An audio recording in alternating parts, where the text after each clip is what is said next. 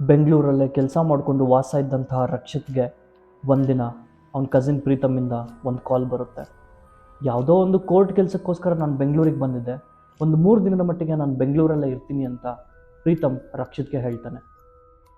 ಹೇಗಿದ್ರು ನನ್ನ ರೂಮ್ಮೇಟ್ ಊರಲ್ಲಿಲ್ಲ, ನೀನು ಬಂದು ಅವನ ರೂಮಲ್ಲೇ ಉಳ್ಕೋಬೋದು ಅಂತ ರಕ್ಷಿತ್ ಪ್ರೀತಮ್ನ ತನ್ನ ಮನೆಗೆ ಇನ್ವೈಟ್ ಮಾಡ್ತಾನೆ.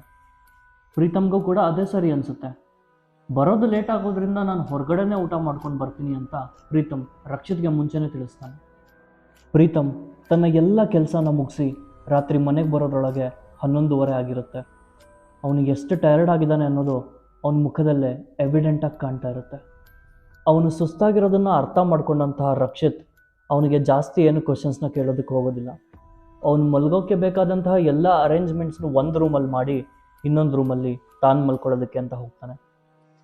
ಈ ಕಡೆ ಪ್ರೀತಮ್ಗೆ ಎಷ್ಟೇ ಟಯರ್ಡ್ ಆಗಿದ್ದರೂ ಕೂಡ ಕೇಸ್ ಏನಾಗುತ್ತೋ ಏನೋ ಅನ್ನೋ ಟೆನ್ಷನಲ್ಲಿ ನಿದ್ದೆ ಬರ್ತಾ ಇರೋದಿಲ್ಲ.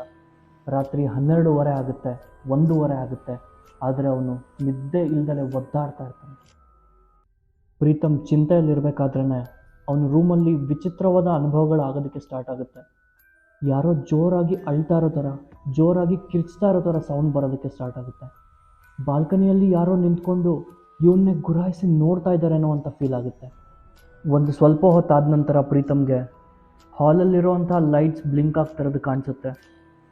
ಅವನಿವಾಗ ಕೇಸ್ನ ಟೆನ್ಷನ್ನ ಜೊತೆಗೆ ನಡೀತಾ ಇರುವಂಥ ಎಲ್ಲ ಘಟನೆಗಳಿಂದ ಸಂಪೂರ್ಣವಾಗಿ ಭಯಭೀತನಾಗಿರ್ತಾನೆ. ಹೇಗೋ ಧೈರ್ಯ ಮಾಡಿ ಪ್ರೀತಮ್ ನಿಧಾನಕ್ಕೆ ಹೆಜ್ಜೆಯನ್ನು ಇಟ್ಕೊಂಡು ರೂಮಿಂದ ಹೊರಗಡೆ ಬರ್ತಾನೆ. ಹಾಲಲ್ಲಿ ಯಾರೂ ಇರೋದಿಲ್ಲ. ಪ್ರೀತಮ್ ಲೈಟ್ಸ್ನ ಆಫ್ ಮಾಡಿ ಮತ್ತೆ ಮಲ್ಕೊಳ್ಳೋದಕ್ಕೆ ಅಂತ ರೂಮ್ ಒಳಗೆ ಹೋಗ್ತಾನೆ. ಅಷ್ಟೊತ್ತಿಗಾಗಲೇ ಪ್ರೀತಮ್ ಪ್ರಪಂಚದಲ್ಲಿರೋ ಎಲ್ಲ ದೇವರುಗಳನ್ನ ನೆನೆಸ್ಕೊಳ್ಳೋದಕ್ಕೆ ಸ್ಟಾರ್ಟ್ ಮಾಡಿರ್ತಾನೆ. ಇನ್ನೇನು ಅವನು ನಿದ್ದೆ ಹೋಗಬೇಕು ಅನ್ನೋ ಟೈಮಲ್ಲೇ ಕಿಚನ್ನ ಸಿಂಕ್ನ ಟ್ಯಾಪಿಂದ ನೀರು ನಿಧಾನವಾಗಿ ಹರಿತಾ ಇರೋದು ಅವನ ಕಿವಿಗೆ ಬೀಳುತ್ತೆ. ಪ್ರೀತಮ್ಗೆ ಈ ಬಾರಿ ತುಂಬಾ ಭಯ ಆಗಿರುತ್ತೆ. ಅವನು ರಕ್ಷಿತ್ನ ಕರಿಬೇಕು ಅಂತ ಅಂದ್ಕೊಂಡ್ರೂ ಕೂಡ ಡಿಸ್ಟರ್ಬ್ ಮಾಡೋದು ಬೇಡ ಅಂತ ಸುಮ್ಮನಾಗ್ತಾನೆ. ಪ್ರೀತಮ್ ಹನುಮಾನ್ ಚಾಲೀಸ ಹೇಳಿಕೊಂಡು ಕಿಚನ್ಗೆ ಹೋಗಿ ಟ್ಯಾಪ್ನ ಆಫ್ ಮಾಡಿ ಮತ್ತೆ ತನ್ನ ರೂಮ್ ಕಡೆ ಬರ್ತಾನೆ. ರೂಮ್ಗೆ ಬಂದಂತಹ ಪ್ರೀತಮ್ಗೆ ಅವನ ವಾರ್ಡ್ರೋಬ್ ಓಪನ್ ಆಗಿರೋದು ಕಾಣಿಸುತ್ತೆ. ಅವನ ಮೈಯೆಲ್ಲ ನಡ್ಗೋದಕ್ಕೆ ಸ್ಟಾರ್ಟ್ ಆಗುತ್ತೆ. ಪ್ರೀತಮ್ ತನ್ನ ಕಣ್ಣನ್ನು ಮುಚ್ಕೊಂಡು ವಾರ್ಡ್ರೋಬ್ವರೆಗೂ ನಡ್ಕೊಂಡು ಹೋಗಿ ನಿಧಾನಕ್ಕೆ ತನ್ನ ಕಣ್ಣನ್ನು ತೆರೆದು ವಾರ್ಡ್ರೋಬ್ ಒಳಗೆ ಏನಿದೆ ಅಂತ ನೋಡ್ತಾನೆ. ನೋಡಿ ಜೋರಾಗಿ ಕಿರ್ಚ್ತಾನೆ. ಪ್ರೀತಮ್ಗೆ ವಾರ್ಡ್ರೋಬ್ನಲ್ಲಿ ರಕ್ತದಿಂದ ಕವರ್ ಆಗಿರುವಂಥ ಒಂದು ಹ್ಯೂಮನ್ ಸ್ಕಲ್ ಕಾಣಿಸಿರುತ್ತೆ. ಈ ಕಡೆ ಪ್ರೀತಮ್ ಕಿರ್ಚಿರೋದನ್ನು ಕೇಳಿಸ್ಕೊಂಡಂತಹ ರಕ್ಷಿತ್ ಆ ರೂಮಿಂದ ಓಡಿ ಬರ್ತಾನೆ. ಪ್ರೀತಮ್ ನೆಲದ ಮೇಲೆ ಬಿದ್ದು ಗೋಳಾಡ್ತಾ ಇರ್ತಾನೆ, ಜೋರಾಗಿ ಅಳ್ತಾ ಇರ್ತಾನೆ. ರಕ್ಷಿತ್ ಅವನ್ನ ಸಮಾಧಾನ ಮಾಡೋದಕ್ಕೆ ಅಂತ ಕಿಚನ್ಗೆ ಹೋಗಿ ಒಂದು ಗ್ಲಾಸ್ ನೀರನ್ನು ತೊಗೊಂಡು ಬರ್ತಾನೆ. ಒಂದು ಸ್ವಲ್ಪ ಸಮಾಧಾನ ಆದ ನಂತರ ರಕ್ಷಿತ್ ಪ್ರೀತಮ್ಗೆ ಏನಾಯಿತು ಅಂತ ಕೇಳಿದಾಗ ಪ್ರೀತಮ್ ನಡೆದದ್ದನ್ನೆಲ್ಲ ಎಕ್ಸ್ಪ್ಲೇನ್ ಮಾಡ್ತಾನೆ. ನಾನಿನ್ನೊಂದು ಕ್ಷಣನೂ ಈ ಮನೆಯಲ್ಲಿ ಇರೋದಿಲ್ಲ ಅಂತ ಪ್ರೀತಮ್ ಅಲ್ಲಿಂದ ಹೊರಡೋದಕ್ಕೆ ಎದ್ದು ನಿಲ್ತಾನೆ. ಪ್ರೀತಮ್ ಹೇಳಿದ್ದನ್ನೆಲ್ಲ ಕೇಳಿಸ್ಕೊಂಡಂತಹ ರಕ್ಷಿತ್ ಜೋರಾಗಿ ನಕ್ಕೊಂಡು ತನ್ನ ರೂಮ್ ಕಡೆ ನಡ್ಕೊಂಡು ಹೋಗ್ತಾನೆ. ಪ್ರೀತಮ್ಗೆ ಭಯದ ಜೊತೆ ಕನ್ಫ್ಯೂಷನ್ ಮತ್ತು ಕೋಪ ಸ್ಟಾರ್ಟ್ ಆಗುತ್ತೆ.